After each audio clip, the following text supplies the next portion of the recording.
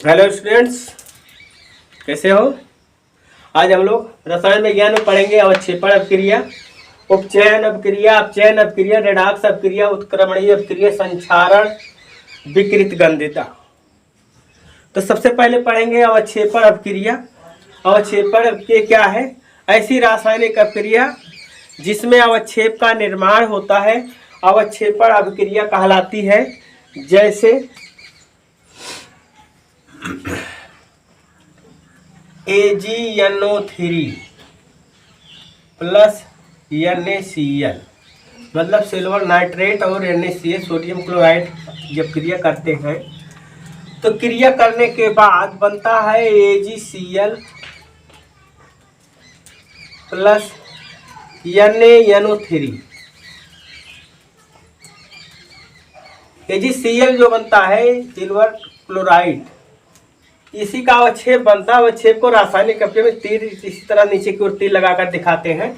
इस तरह AgCl जो है अवक्षेप बन गया। इस रासायनिक क्रिया में जब अवक्षेप बन रहा है तो इसे हम रासायनिक अपक्रिया को अवक्षेपण रासायनिक अपक्रिया कहेंगे। इसके बाद है उपचयन अपक्रिया। उपचयन अपक्रिया क्या है, किसे कहेंगे? उपचयन अपक्रिया के लिए है परिभाषा होगी ऐसी रासायनिक अपक्रिया जिसमें ऑक्सीजन से संयोग होता है, मतलब कोई तत्व कोई पदार्थ ऑक्सीजन के साथ संयोग करता है या हाइड्रोजन को अपने में से विस्थापित करता है तो उसे बोलेंगे उपचयन अपक्रिया। उपचयन अपक्रिया का दूसरा नाम है ऑक्सीकरण अपक्रिया, जिसको कि हम रिएक्शन में दिखा रहे हैं। 2Cu plus O2, 2Cu plus O2 बनता है 2CuO। कॉपर ऑक्सीजन से क्रिया किया तो कॉपर ऑक्साइड बना लिया, तो यहाँ पर कॉपर ऑक्सीजन से संयोग करके तब यौगिक बना रहा है, इसलिए यहाँ पर कौन सी अपक्रिया होगी? उपचयन अपक्रिया होगी। उपचयन यानी ऑक्सीकरण अपक्रिया होगी। और दूसरी है अपचयन अपक्रिया। अपचयन इसी का ठीक उल्टा है, ऐसी रासायनिक अपक्रिया जिसमें हाइड्रोजन से संयोग करे कोई तत्व या यौगिक, अथवा जिस रासायनिक अपक्रिया में ऑक्सीजन को वो अपने में से विस्थापित करता है, उसे अपचयन अपक्रिया कहते हैं। अपचयन अपक्रिया को अवकरण अपक्रिया भी कहते हैं। इसके लिए हम देखते हैं उदाहरण ZnO plus C। ZnO plus C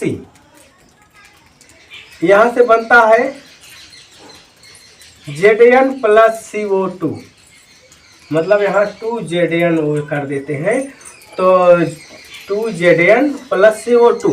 यहाँ पर देखो Zn के साथ ऑक्सीजन था, यहाँ पर ऑक्सीजन जो है Zn से मुक्त हो गई, इसलिए जो है इस अपक्रिया को हम बोलेंगे अपचयन या अवकरण अपक्रिया।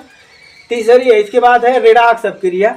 रेडॉक्स अपक्रिया अगर उपचयन और अपचयन दोनों अपक्रिया एक साथ हो जाए, मतलब किसी भी रासायनिक अपक्रिया में उपचयन और अपचयन दोनों अपक्रिया एक साथ होती हैं, तब उस क्रिया को रेडॉक्स अपक्रिया यानी उपचयन अपचयन अपक्रिया कहते हैं। ज़्यादातर ऐसा ही मिलता है, जैसे हम अपचयन का ये उदाहरण लिखे हैं। इसमें जो है Zn ऑक्सीजन के साथ यहाँ पर है, लेकिन यहाँ ऑक्सीजन को हटा करके जो है अवकरण अपक्रिया यानी अपचयन अपक्रिया तो दे रहा है, लेकिन कार्बन यहाँ पर जो है ऑक्सीजन के साथ क्रिया करके CO2 बनाया, माने उपचयन अपक्रिया भी हो रही है। यहाँ पर Zn जो है ऑक्सीजन को छोड़ रहा है, ZnO में से ऑक्सीजन निकल रहा है, इसलिए ZnO और Zn इनके बीच कौन सी अपक्रिया हो रही है? अपचयन अपक्रिया। लेकिन कार्बन जो है ऑक्सीजन के साथ क्रिया कर रहा है और क्रिया करने के बाद CO2 बना रहा है, ये कार्बन से संयोग कर रहा है, इसलिए यहाँ पर हो रहा है उपचयन। मतलब इसी उदाहरण में देखा जाए तो उपचयन अपचयन दोनों एक साथ हो रहे हैं, इसलिए इस अपक्रिया का नाम हो जाएगा रेडॉक्स अपक्रिया। इसके बाद एक अपक्रिया आती है उत्क्रमणीय। जैसे ये है, यह अपक्रिया है, इसको हम तीर लगा दिए और छेपड़ अपक्रिया का उदाहरण है, एक ही तरफ तीर लगी है, इसलिए ये क्या हो जाएगा? अनुत्क्रमणीय अभिक्रिया, मतलब ऐसी अभिक्रिया जो एक ही दिशा में होती है, दोनों दिशाओं में नहीं होती है, अनुत्क्रमणीय अभिक्रिया कहते हैं। लेकिन ऐसी अभिक्रिया जो दोनों दिशाओं में होती है, मतलब अभिकारक उत्पाद बनाते हैं और उत्पादक पुनः अभिकारक दे देता है। अभिकारक से उत्पाद बना, उत्पाद से अभिकारक, यानी दोनों तरफ क्रियाएं बराबर चलती रहती हैं। तो इस तरह की अभिक्रिया को कहते हैं उत्क्रमणीय अभिक्रिया। इसका उदाहरण सबसे सरल है अमोनिया और हाइड्रोजन का रिएक्शन। N2 प्लस H2 तेल लगाए, बनता है NH3। रिएक्शन संतुलित नहीं है, यहाँ पर हम 3 लगा देते हैं, यहाँ पर 2 लगा देते हैं, रिएक्शन संतुलित हो गया। तो यहाँ पर हम अगर इसको इस तरह से दिखा रहे हैं तो यहाँ पर तो ये योगात्मक अभिक्रिया है। लेकिन जब अनुत्क्रमणीय अभिक्रिया के रूप में इसका हम उदाहरण देंगे, यानी नाइट्रोजन हाइड्रोजन मिलकर अमोनिया बनाते हैं और अमोनिया टूट करके नाइट्रोजन हाइड्रोजन देती है, यानी दोनों तरफ से क्रियाएं बराबर होती रहती हैं, तब ये हो जाएगी उत्क्रमणीय अभिक्रिया। और इसको हम इस तरह से दिखाते हैं, मतलब ऊपर वाला रिएक्शन जो है ना, ये दोनों मिल करके इसको बना रहे हैं, इसलिए इधर की तीर लगी है। नीचे वाले में जो है टूट करके इन दोनों को दे रहा है, इसलिए इधर की तीर लगी है। ये है उत्क्रमणीय अभिक्रिया का उदाहरण। और अब उत्क्रमणीय अभिक्रिया का ये है सिंबल, इस तरह से लगेगा। और इसके बाद है संक्षारण। संक्षारण क्या है? जो धातुएं हैं वो प्रकृति में हाइड्रोजन से ऑक्सीजन से, धातुएं प्रकृति की ऑक्सीजन से, नमी से क्रिया करती हैं और जब क्रिया कर लेती हैं तो उनका धात्विक गुण धीरे धीरे नष्ट होने लगता है और वो ऑक्साइड में बदल जाती हैं। इस तरह से जब उनका धात्विक गुण नष्ट होने लगता है, क्षरण होने लगता है, उसी को संक्षारण कहते हैं। संक्षारण का मतलब क्षरण से है, लेकिन किस चीज का क्षरण? धात्विक गुण का।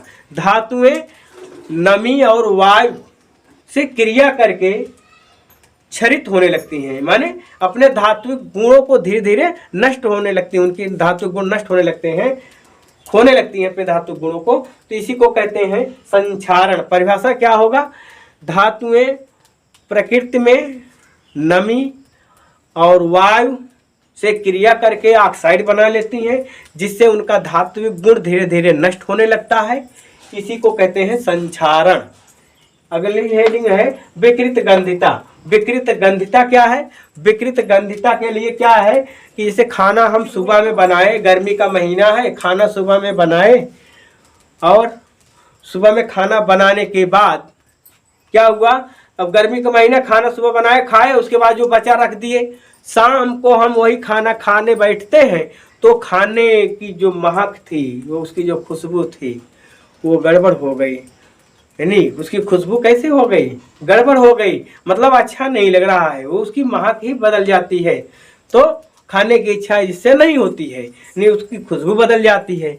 अगर मान लीजिए हम उसको खाते भी हैं तो उसका जो हम सुबह में खाए थे उस तरह का स्वाद शाम को नहीं मिलता है, मतलब स्वाद भी बदल जाता है और गंध भी बदल जाती है। तो जब स्वाद और गंध दोनों बदल जाते हैं तो इसका मतलब खाना क्या हो गया? खराब हो गया, उसको खाया नहीं जाता, फेंक दिया जाता है। तो इस तरह से विकृत गंधिता क्या हो? विकृत गंधिता का मतलब विकृत माने बिगड़ जाना, गंधिता का मतलब गंध, मतलब अगर हम भोज्य पदार्थ की गंध बदल जाए, विकृत हो जाए, उसका स्वाद विकृत हो जाए, तो उसी को हम विकृत गंधिता कहते हैं। परिभाषा के रूप में हम क्या कहेंगे कि तैली अथवा वसा युक्त खाद्य पदार्थ, तैली अथवा वसा युक्त खाद्य पदार्थ लंबे समय तक रखे रहने पर वह ऑक्सीजन से या वायु से क्रिया कर लेते हैं, जिससे उनका स्वाद और उनकी गंध बदल जाती है। इसी को विकृत गंधिता कहते हैं। आज के वीडियो में यहीं तक बताना था। चैनल को सब्सक्राइब करना ना भूलें, वीडियो को लाइक शेयर और कमेंट करें।